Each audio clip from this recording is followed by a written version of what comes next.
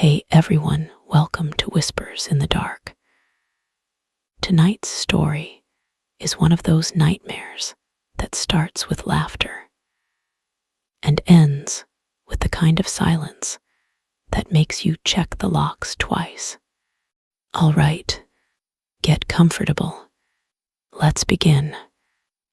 The three of them picked the forest because it felt like a secret, not a tourist trail, not a campsite with neat fire rings and posted rules, not the kind of place where strangers wander by with headlamps and friendly hellos. This was a patch of woodland a friend of a friend swore was perfect, the kind of recommendation that comes wrapped in a grin and a shrug, like it's nothing, like you aren't being handed a key to a hidden door. Ava drove. She always drove. Her little hatchback was clean in a way that suggested she cleaned it when she was nervous. No trash, no clutter. The air freshener clipped to the vent like a tiny neon leaf.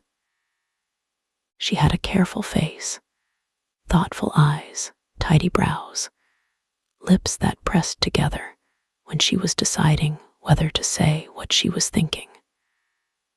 The kind of person who carried a first aid kit, even on a trip meant to be spontaneous. In the passenger seat, Nia leaned her cheek against the window and watched the world smear by, black hair falling like a curtain over her shoulder. She wore rings on 3 fingers and a thin silver chain that caught the dashboard lights in quick flashes. If Ava was careful, Nia was fearless, but not loudly, not in a performative way.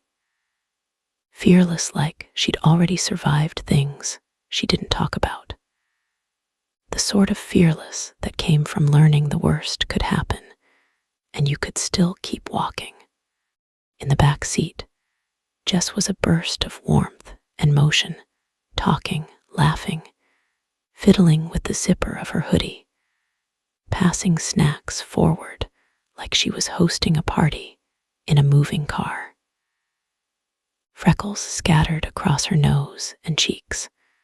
Her smile was crooked in a way that made it feel like she was always in on a joke. She'd brought glow sticks for vibes, and she'd already looped one around her wrist like a bracelet. A girl's night out to the forest sounded like something out of a teen movie, and for them, that was the point. There had been a month of work deadlines and family drama and group chat arguments that ended in abrupt silences. This was a reset button. No signal, no responsibilities. A tent, a fire, a bottle of something sweet, and the kind of darkness that swallowed the city's noise. The sky deepened as they drove, dusk draining into true night. When they finally turned off the main road, the car's headlights cut a tunnel through the trees, and the branches leaned in like they were eavesdropping. The dirt track was narrower than Ava expected. The forest crowded close, dense, and old. In the headlight beam, leaves flickered from green to bruised black, and the trunks looked like they were moving when the car moved, like the woods breathed in time with the engine. Jess leaned forward between the seats. Okay, tell me again why this place is called, what was it, Hollow Pines? Nia smiled without humor. Because it's full of pines and it's hollow, obviously. Ava tried to laugh, but the sound came out thin. It's just a name, she said. Probably some local thing. Jess made a face. Local things are always creepy. Like Nobody calls something hollow if nothing bad happened there. The track ended in a small, uneven clearing, the kind that looked accidentally made, like a storm once tore through and never bothered to clean up. The trees formed a jagged wall around them, their tops knitting together overhead, so the sky felt farther away than it should. Ava killed the engine. The sudden quiet was so complete it felt physical. No traffic, no distant sirens, no city hum, just the soft tick-tick-tick of the cooling car. And somewhere deeper in the woods, a faint sound like a bird call, except it didn't have the easy rhythm of nature. It was too measured, too deliberate. Nia paused with her hand on the door handle. "Do you hear that?" Jess held still. "Hear what?" Ava listened. The forest breathed. Leaves whispered. Something clicked a twig, maybe. Then the sound again, faint but sharp. Ava forced brightness into her voice. "Probably an owl." Jess exhaled hard. "Owls don't sound like they're counting." Nia's eyes slid to Ava's. A quiet look passed between them, the kind that said, "We both heard it. We're both pretending we didn't." They got out anyway, because that's what you do at the start of a trip. You ignore the small wrongness because you want the night to be good. They worked by headlamp and phone flashlights, the beams bobbing over dirt and roots and low fern fronds. The air smelled damp and resinous, pine sap and soil. Cold crept up from the ground, as if the earth had saved all day's chill just for them. They found a spot near the edge of the clearing where the ground was flatter.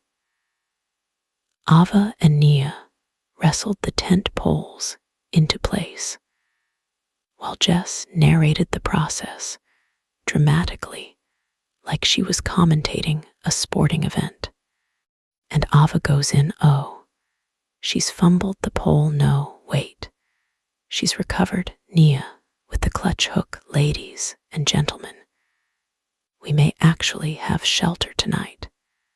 Ava's tension eased despite herself. Nia snorted. The tent rose, stubborn and wrinkled, but standing. Jess struck a match to the fire starter with a flourish. The first flame looked fragile, like it would apologize and go out if you stared too hard. But then it caught, and soon the little fire grew, the orange licking at kindling, the crackle steadying their nerves in the way only fire can. They ate chips and chocolate and whatever else had survived the drive. Jess poured something fizzy into metal cups. Nia found a playlist that sounded like summer even in the cold, and for a while, the forest felt less like a secret and more like a sanctuary. Ava leaned back on her hands, face warmed by the fire. The trees beyond the clearing were a black ring, but the flames made it easier to pretend there was nothing out there. Jess stretched her legs toward the heat and sighed. "Okay, this is perfect." Nia tipped her cup in a toast. "To girls' night." Ava clinked hers gently. "To girls' night." They drank. They laughed. They told stories about people they hated at work and exes they were glad to be rid of.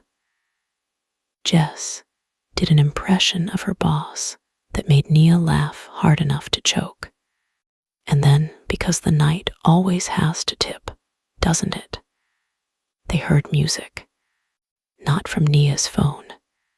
Real music, farther away, bass carried through trees. Jess sat up. Wait, that's not us. Ava's first instinct was to check her phone like it could explain it. But the music was undeniable. A low thump-thump, distant and steady, like a heartbeat with speakers. Nia turned her head toward the sound, eyes narrowed. There are other people out here. Jess's smile widened, bright and unafraid. Oh my God, a forest party. Are you kidding? This is like a horror movie in reverse. Ava frowned. Or just a horror movie. Jess waved her off. Come on, it's probably college kids. We could say hi. We're literally 3 girls alone in the woods. Safety in numbers, right? Nia didn't answer immediately. She stared into the trees as if listening for something under the music. The bass pulsed again, and beneath it, faintly, the rise and fall of voices. Laughter, shouts. Something about it felt too deep in the forest to be casual. Too far off any road. Ava tried to be the reasonable one. We don't know them. Jess's tone softened.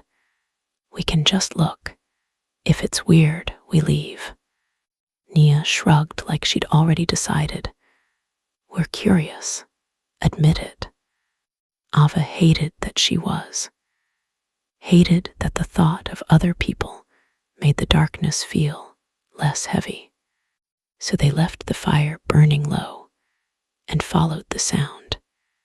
They walked in a loose line, Jess in front like she owned the night. Nia behind her, quiet and watchful. Ava last, heart tapping against her ribs as the clearing disappeared behind them. The path wasn't really a path. It was a suggestion. Broken branches, flattened grass, occasional boot prints that caught the light. Their headlamps made narrow cones of visibility, everything outside them swallowed, and the music grew louder. The bass became a presence. Then the trees thinned. They stepped into another clearing, larger than the first and more carefully shaped, as if someone had chosen it. Torches burned in a rough circle, flames tied to poles that had been sharpened and planted in the earth.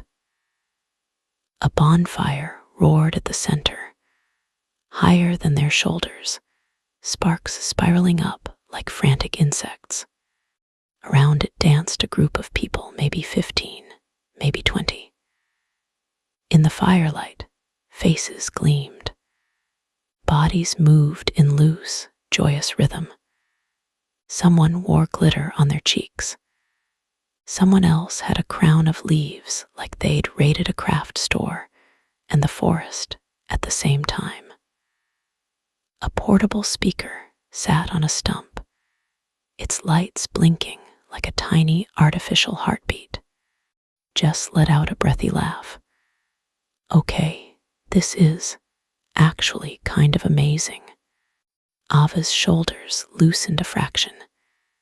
It did look like a party. A weird forest party, sure, but still a party. They weren't alone out here after all. Nia's gaze moved over the scene, scanning. Why are there torches? Because vibe, Jess whispered, delighted. This is peak vibe. As they approached, someone noticed them.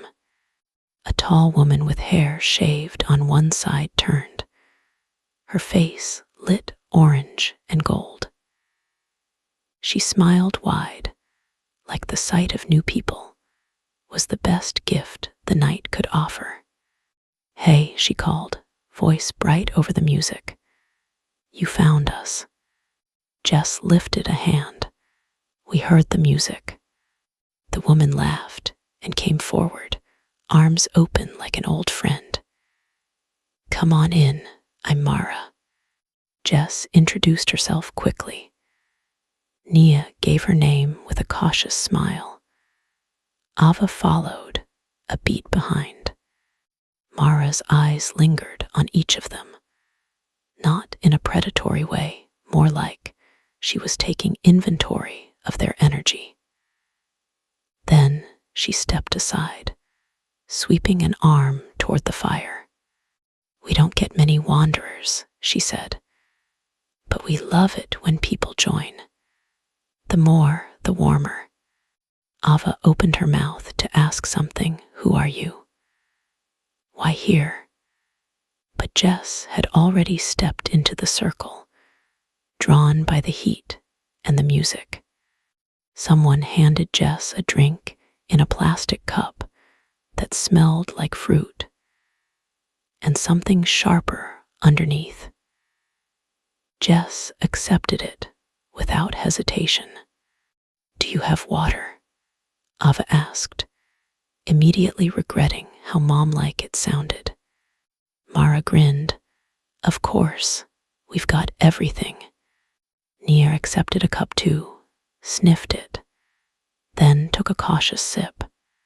Ava held hers, but didn't drink yet. The party folded them in. A man with a beard and laughing eyes introduced himself as Eli and asked where they'd come from. A girl with braided hair and 2 white teeth admired Nia's rings. Someone else, a lanky guy with a necklace of bones that were probably fake, offered Jess a glow stick and winked. Music thumped. Feet stomped dirt. The bonfire cracked and sighed. The forest around them became a distant wall beyond torchlight, like the world had narrowed to flame and bodies and sound. Jess danced almost immediately, arms up, hair catching sparks. She looked like she belonged there, like she'd always belonged there. And for a moment, Ava felt something close to relief. Maybe this was fine. Maybe this was just one of those strange nights you tell stories about later. Mara danced too, but not wildly. She moved with a smoothness that felt practiced. And every so often she would glance over at Ava, as if checking whether she'd relaxed yet. Nia leaned close to Ava's ear. "You okay?" Ava forced a smile. "Yeah, just weird." Nia's eyes flicked toward the outer edge of the clearing. Weird how they're all the same kind of happy. Ava didn't understand at first. Then she looked again and saw it. The way their laughter rose and fell in waves, timed with the music. The way people moved around the fire, but never away from it, as if an invisible line kept them in orbit. The way every few minutes, someone would touch another person's shoulder or wrist, not affectionately, but like a signal. Jess spun back toward them, cheeks flushed, eyes bright. "This is so fun. Oh my God, we never do anything like this." Mara appeared at Jess's side, smiling. "You should do it more." The music changed slower, deeper. The bass dropped into a low hum that vibrated in Ava's teeth. Mara raised her cup. "To new friends," she shouted. The group echoed her in a chorus. "To new friends." They drank.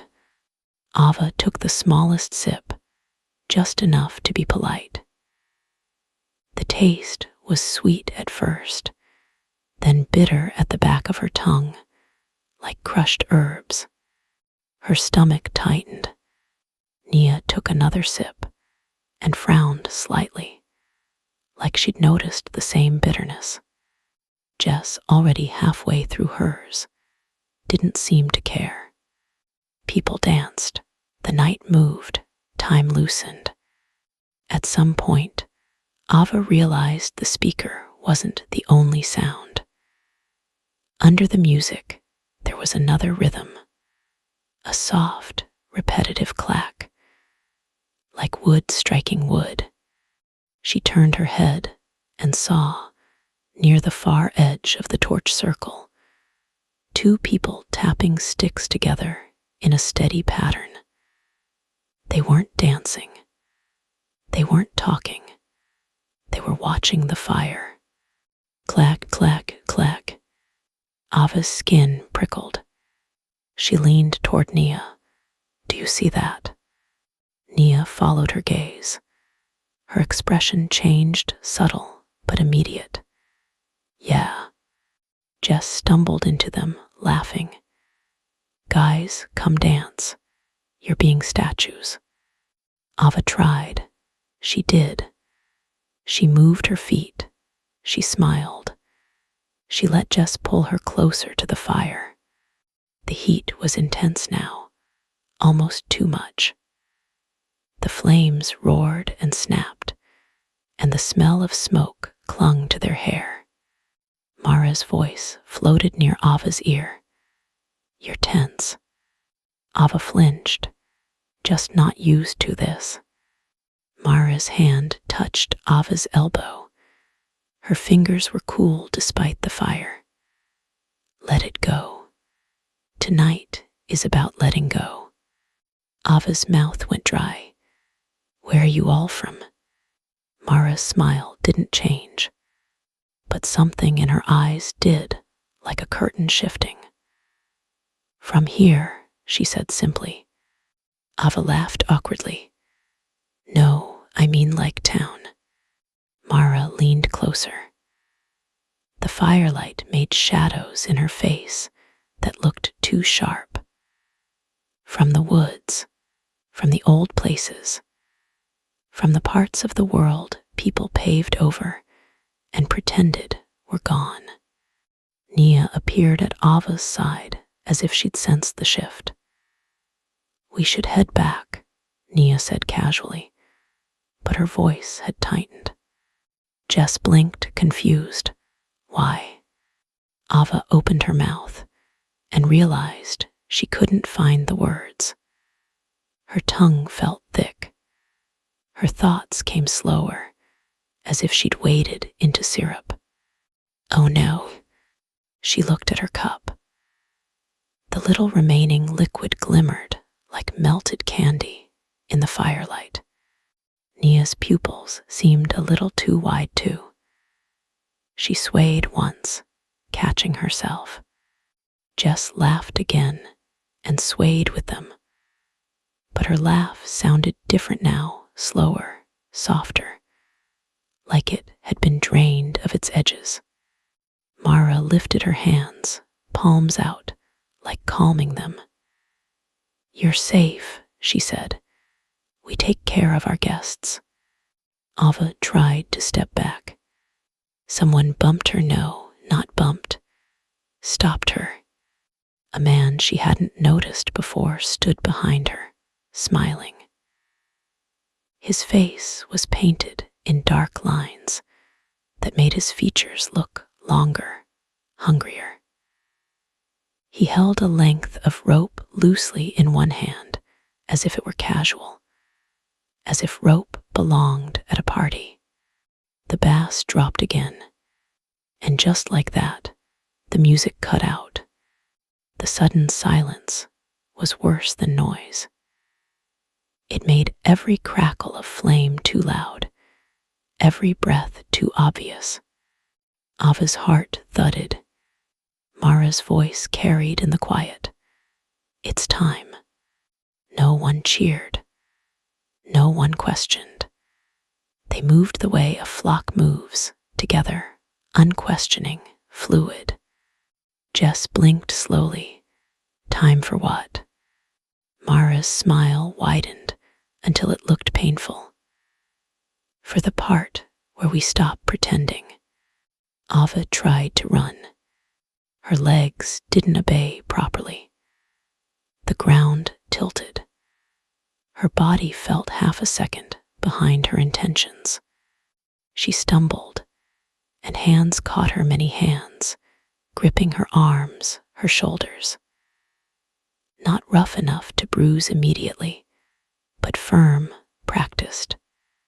Nia swung an elbow toward someone's face, instinctive.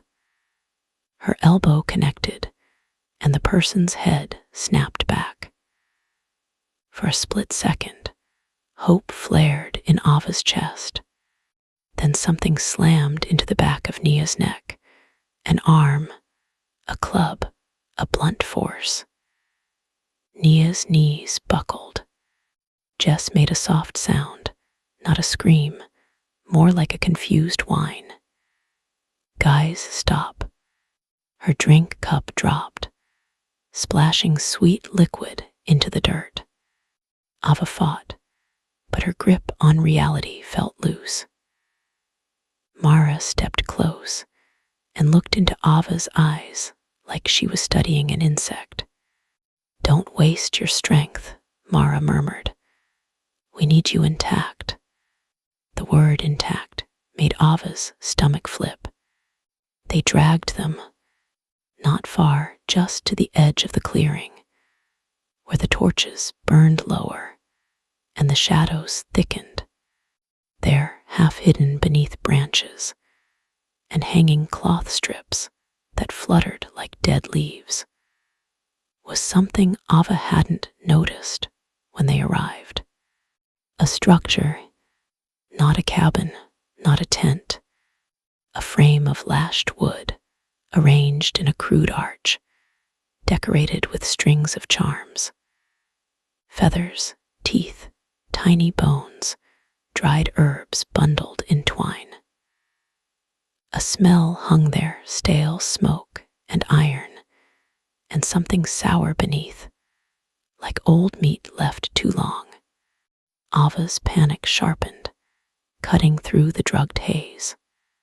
They forced her down onto her knees.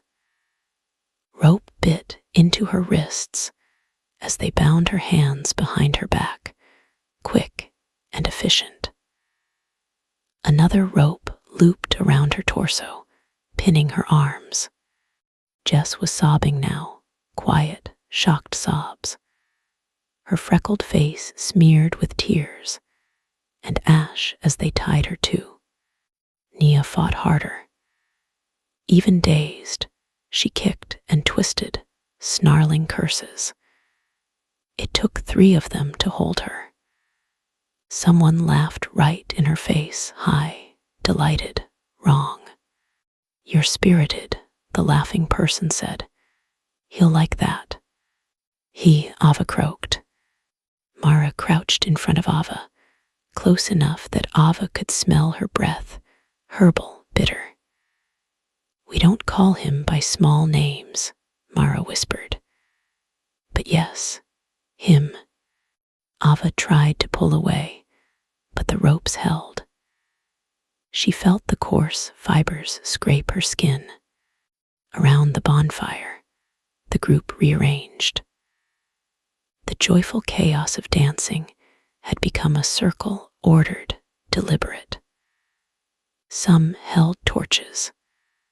Some held bowls made of dark metal that caught the firelight in dull flashes. Eli, the friendly bearded man, stood near the fire now, his laughing eyes empty. He held something in his hands, an object wrapped in cloth. Ava's breath hitched. Jess's voice trembled. Please, please, we can just go.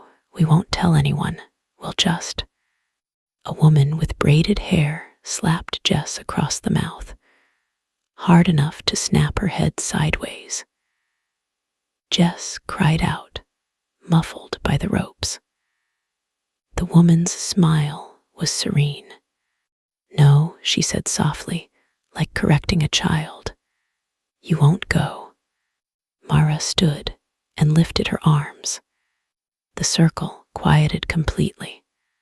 The forest beyond them seemed to lean in. Mara began to speak, but not in English.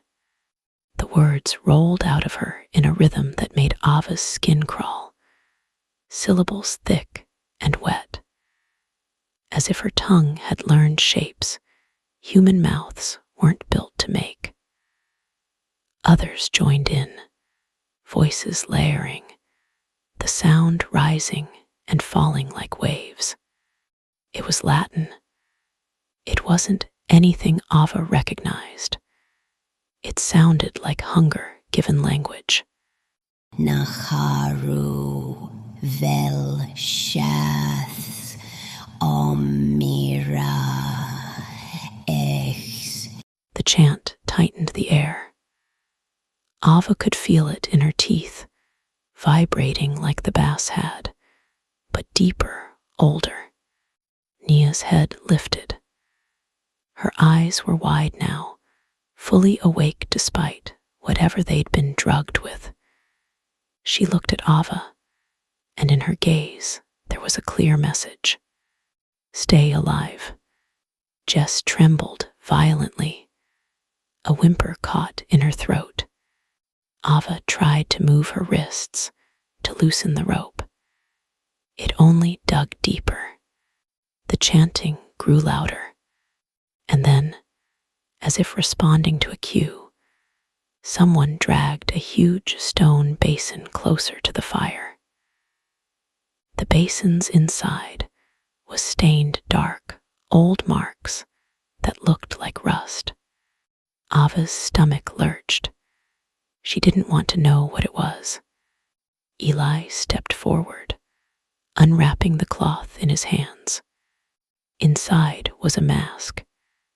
Not a costume mask, not plastic, not something bought.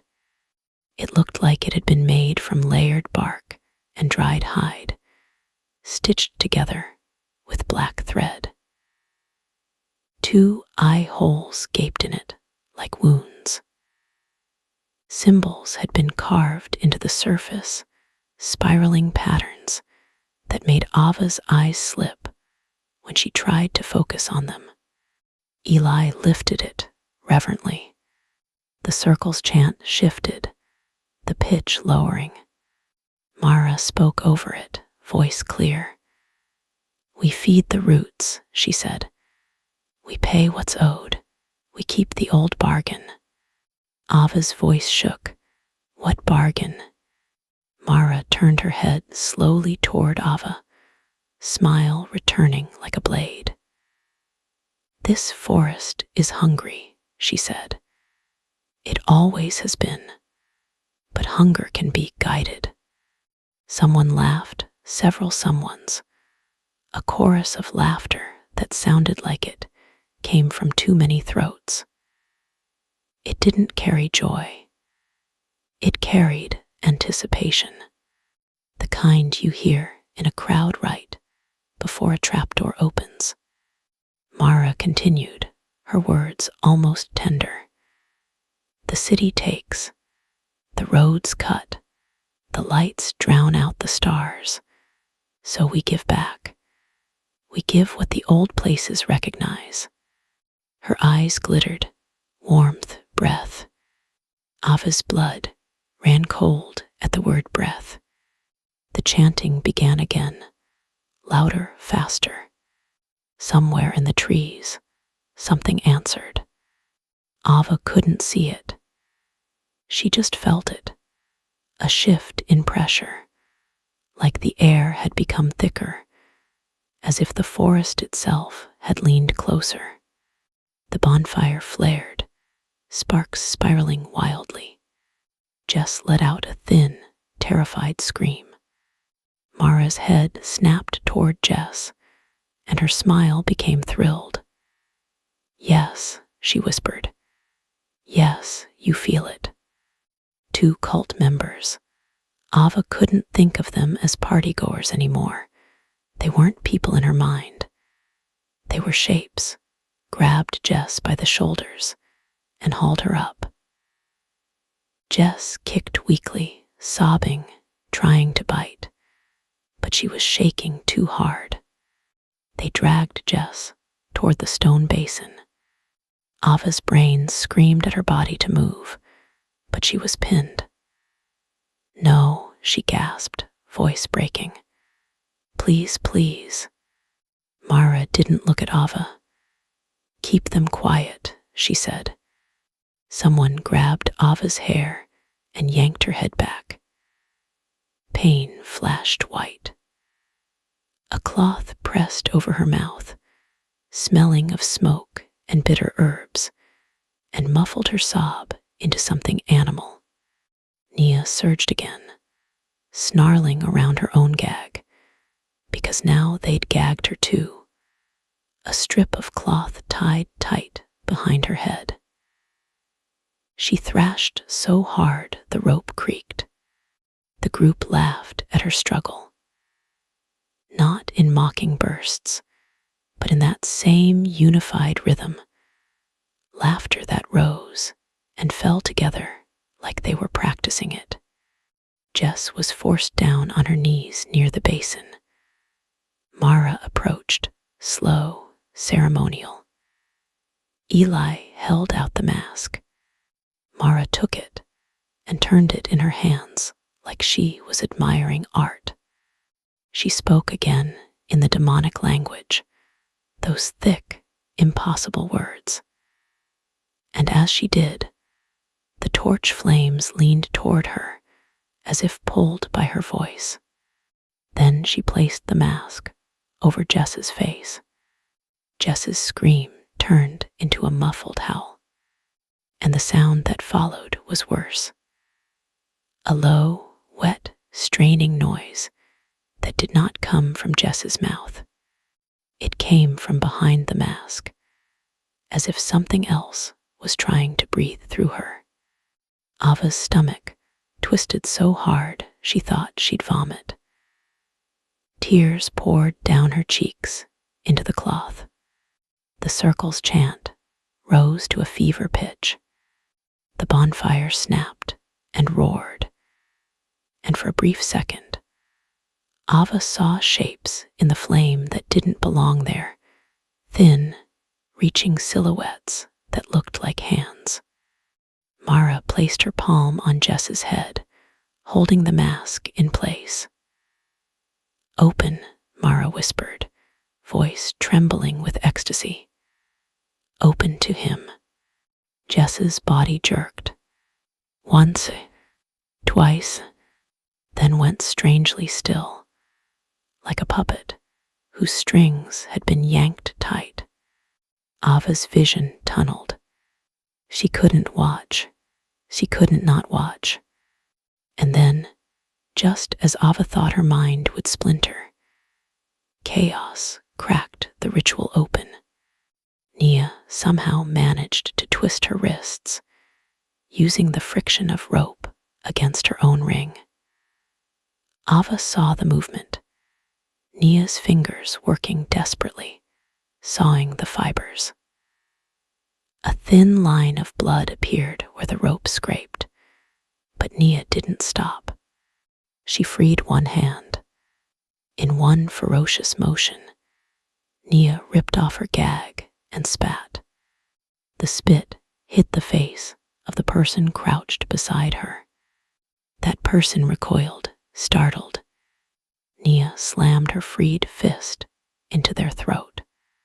The person made a choking sound and fell backward. For the first time, the circle faltered. Ava felt the pressure shift, like the forest had been holding its breath, and now exhaled. Nia lunged toward Ava, still half bound, and bit into Ava's rope like a wild thing. Her teeth tore at the fibers. Ava's wrists burned as the rope loosened. Someone shouted. Torches wavered. Mara whirled, fury flashing through her smile. No. Nia tore again. One last savage pull, and Ava's hands came free. Ava didn't think. She just moved. She ripped the cloth from her mouth, sucking in air so fast it hurt. Her fingers fumbled at her own knots. She leaned toward Jess, but Jess was still by the basin, masked, motionless cult members holding her like a statue. Nia grabbed Ava's arm. Now, Nia hissed, "Move." Ava's mind screamed Jess's name, but her body knew the truth. If she didn't run, there would be no one left to come back. Ava yanked at Nia's remaining ropes, freeing her arms. Nia's hands shook with adrenaline, but she was fast, already pulling Ava away from the arch of charms. They ran. The forest swallowed them instantly. Behind them, the cult's laughter broke into snarls. Feet pounded. Torches flared between trees like angry fireflies. Ava's headlamp bounced wildly, beams slicing through branches. She stumbled over roots, palms scraping bark. Her lungs burned. Nia ran like she knew the woods, like she could feel the terrain through her soles. She kept one hand on Ava's sleeve, dragging her forward when Ava faltered. A scream rose behind them, high, sharp. "Jess." Ava's body tried to turn back. Nia yanked her harder. "Don't," Nia rasped. "Don't look back." Ava did anyway. Through the trees, firelight flashed. Shadows moved. And in the center of those shadows, something tall and wrong seemed to stand behind Mara, too tall to be human, too narrow, like a figure made of smoke and stretched limbs. Ava blinked. The image shifted. It was gone. But the feeling remained. A crawling certainty that something had noticed her. They ran until the music was gone. Until the only sound was their own ragged breathing and the relentless pursuit behind them. The cult didn't call out normal threats. They called out phrases, half chanted, like pieces of ritual turned into hunting cries. "Bring them back, bring them back. Blood for the roots. Do not let the offering flee." Ava's pulse thundered in her ears. Her throat tasted of iron. Then the forest changed. The trees grew tighter, closer together, branches snagging at hair and clothing. The ground dipped and rose unpredictably, and fog began to gather, thin at first, then thicker, curling around their ankles. Ava's headlamp beam caught it and turned it into ghost light. She realized with a sudden terror that she didn't know where their campsite was. She didn't know if they were running toward safety or deeper into the trap. "Nia," Ava wheezed. "Where are we going?" Nia didn't slow. "Away." "That's not." Nia stopped abruptly. So abruptly, Ava nearly slammed into her. Nia's head snapped left, then right. Someone was ahead. Ava heard it too. A whisper of movement, too close. They froze. Between two trees, a figure stood, barely visible. Not holding a torch, not chasing loudly. Just waiting. Ava's skin went cold. Oh God. The figure stepped forward into the headlamp beam. It was Eli, His beard and smiling eyes looked like a disguise now. His face paint was smeared, lines darker, making him look older, carved from shadow. He held a knife, not huge, not dramatic, but sharp enough to turn Ava's stomach. He smiled. "You can't leave," he said gently. Nia's stance shifted. Fight readiness. Move. Eli tilted his head like he was disappointed. "We were generous. We let you dance. We fed you. We welcomed you." Ava's voice cracked. "Where is Jess?" Eli's smile widened. "She's where she's meant to be." Ava's vision blurred with tears. "You're going to kill her." Eli's expression softened, almost pitying. "You don't understand," he murmured. "We don't kill. We deliver." Nia moved first. She grabbed a fallen branch, thick, heavy, and swung it at Eli's wrist. The knife flew out of his hand, disappearing into the fog. Eli's eyes flashed with something ugly. He lunged. Nia ducked, slammed her shoulder into his chest, and drove him back against a tree. The impact sounded like bone on bark. Eli reached for her hair. Ava, shaking, terrified, snatched up a rock and hit Eli in the side of the head. It wasn't a clean strike. It was clumsy, but it was enough. Eli staggered, blood appearing at his temple like a dark flower. He stared at Ava with disbelief, like he couldn't fathom she'd fought back. Then behind him, more lights flickered through the fog. Torches. They were closing in. Nia grabbed Ava's hand again. "Run." Ava's legs obeyed, sprinting through the trees, lungs screaming. Branches whipped her face. Somewhere behind, Eli's voice rose, not angry now, but triumphant, chanting again. The others answered, their voices weaving through the woods, making the forest itself feel like it was speaking. Ava's mind began to fracture under the sound. The words didn't mean anything, and yet they felt like they did, like they were unlocking something in her skull. The fog thickened. The headlamp beam shrank. Ava's panic rose into something close to hysteria. Nia. Nia didn't respond, jaw clenched, eyes fixed ahead. Then suddenly, the trees thinned. Ava's heart leapt. The clearing, their clearing, their little campsite, with the sagging tent and the dying fire. For a brief, glorious second, it felt like home, like safety. They burst into it, stumbling, half falling. Ava rushed to the car and yanked the door handle. Locked.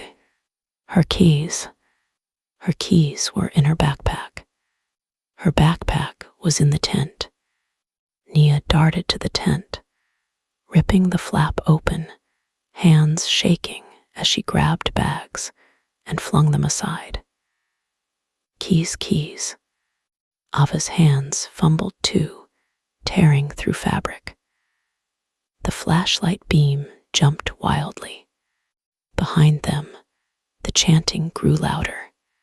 Torches bobbed through the trees. Ava's fingers closed around metal. Got them. She ran to the car, hands slick with sweat, and jammed the key into the door. It didn't turn. For one horrible second, Ava thought the lock was jammed, cursed, frozen. Then she realized she was using the wrong key. Panic made her hands stupid. Ava sobbed. Nia snatched the keys from her, found the right one immediately, yanked the door open. Get in. Ava dove into the driver's seat. Nia slammed into the passenger seat. Ava shoved the key into the ignition and turned. The engine coughed. Once, then died. Ava's stomach dropped out of her. No, she whispered. She tried again. The engine coughed again, weaker. Outside the windshield, the first torchlight appeared at the edge of the clearing. Figures stepped between trees, faces painted, eyes shining. Mara stood at the front of them, smiling like she'd known this would happen all along. Ava turned the key again, whispering desperate pleas to a machine that didn't care. The engine sputtered. Nia's hands clenched. Come on, she breathed. Ava tried again. The engine caught. It roared to life with a violent shudder. Ava gasped, half sobbing with relief, and slammed the car into reverse, tires spitting dirt. Mara raised one arm. The cult members moved as one, stepping forward, torches lifting. And then, from somewhere deeper in the forest, came a sound that wasn't human at all. A low bellow. A wet, resonant groan like something enormous shifting in the dark. The cult members paused, heads turning toward it like they were listening to a command. Mara's smile faltered for the first time.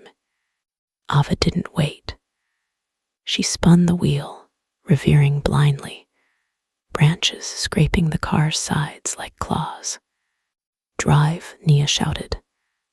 Ava slammed into first gear and shot forward, bouncing over ruts, headlights cutting through fog. The dirt track appeared, narrow as a thread, and Ava followed it like it was the only thing holding her in the world. Behind them, the forest flashed with torchlight, and over it all, rising into the night, came the cult's laughter, high, synchronized, like the sound of a crowd applauding. Ava's eyes streamed tears. She couldn't breathe properly. Nia, she choked. Jess. Nia's face was pale in the dashboard glow. Her voice was hoarse. I know. Ava shook her head violently, as if shaking could change reality. We can't just leave her. Nia stared straight ahead, jaw trembling. If we go back, we die too. Ava's hands gripped the steering wheel so hard her knuckles hurt. We have to call police someone. No signal, Nia snapped, then softened. As soon as we can, as soon as we're out. The car jolted over a rock. Ava swore. The headlights bounced, revealing the trees whipping past like bars of a cage. Then mercifully, the dirt track widened. The forest thinned. The air felt less thick, less charged. And finally, blessedly, the main road appeared like a strip of civilization dropped from the sky. Ava hit the pavement and kept driving, faster than she should have, not caring. Only when the forest had shrunk behind them into a dark smear did Ava let herself look in the rearview mirror. Nothing followed. No torches, no headlights, just darkness. But even in that emptiness, Ava felt watched, like something from the trees had memorized her face. Nia's phone lit up suddenly with a single bar of service. Ava nearly screamed with relief. Call, call now. Nia's fingers shook as she dialed. Her voice cracked as she spoke to the operator, words tumbling out. Forest, clearing, cult, friend left behind. Please, please. Ava drove and drove, the road unspooling, streetlights appearing, houses, gas stations, normal life returning like a dream you wake into, disoriented. They pulled into a brightly lit petrol station and didn't even park properly, just stopped under the harsh fluorescent lights, as if light itself could keep them safe. Ava's hands wouldn't stop trembling. Nia ended the call and sat very still, staring ahead like her mind had left her body for a moment. Ava's voice broke. They're going to help her, right? Nia didn't answer immediately. When she finally spoke, her voice was barely audible. Jess was wearing that mask. Ava swallowed, throat raw. What does that mean? Nia's eyes flicked to Ava, and there was a terror there that Ava had never seen in her before. I don't know, Nia whispered, but it felt like it wasn't just a sacrifice. It was like they were making her into something. Ava shook her head fiercely. No, no, they can't.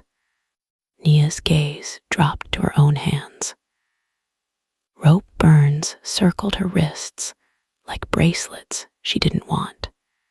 For a long time, they sat in the station's harsh light, listening to their own breathing and the distant, normal sound of cars passing on the road. Then Ava's phone buzzed. A notification, a message from an unknown number. Ava stared at it, heart stalling. The message contained no text, just a photo. Ava's hands shook so hard she almost dropped the phone. She showed it to Nia, and Nia's breath hitched. The photo was dark, grainy, taken in firelight. It showed a face, Jess's face, but not really, because the mask was still on her. The bark and hide surface carved with spiraling symbols, the eye holes black and bottomless, and behind those holes, something looked out, not Jess's eyes, something deeper, older. The caption below the photo was a single line, in the same thick, wrong language Mara had spoken. Inkaru Velshath. Nia whispered it without meaning to, like reading a curse aloud. Ava's phone buzzed again. Another message, this time in English. We keep what's given.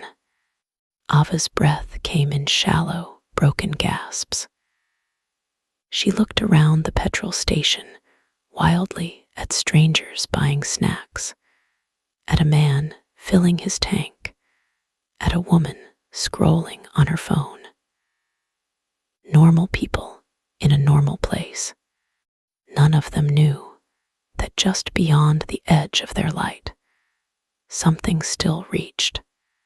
Nia snatched Ava's phone and blocked the number with shaking hands. Ava pressed both palms to her face and sobbed. Nia put an arm around her. Her grip was tight, protective, but her own body trembled too. Outside, the night stretched on, and somewhere far behind them, in a forest that looked like any other forest on a map, torches burned low, and a circle of people laughed softly together, the sound rising and falling like breath. And in the center of that circle, a mask waited in the firelight. Or maybe it didn't wait at all. Maybe it listened. Maybe it learned. But if you've made it this far, thank you for staying with me through that darkness. Ava and Nia survived the road out, the statements and the disbelief in other people's eyes. They survived the days that followed, the kind of days where you drink water and answer questions and try to explain the unexplainable. But survival isn't the same as safety, because some nights, Ava wakes up with the taste of bitter herbs on her tongue, and she swears she hears sticks tapping in a slow, deliberate rhythm outside her window. Clack, clack, clack. And Nia avoids forests now, avoids campfires, avoids anything that smells like pine sap and damp earth. But sometimes, when the city is quiet and the streetlights flicker, Nia catches herself whispering words she doesn't remember learning. Enkaru Velshath, and she wonders if speaking it again is what calls the thing back, or if it never left at all. But that's the story for tonight. If you enjoyed it, if enjoyed is the right word for something that makes your skin crawl, please like the video, subscribe, and let me know in the comments what part got you the most. And if you want more stories like this, hit the bell so you don't miss the next upload. And one last thing before you go. If you ever find yourself in the woods and you hear music where there shouldn't be music, if you see torches where there shouldn't be torches, if strangers smile like they've been waiting for you, don't join the dance. Good night.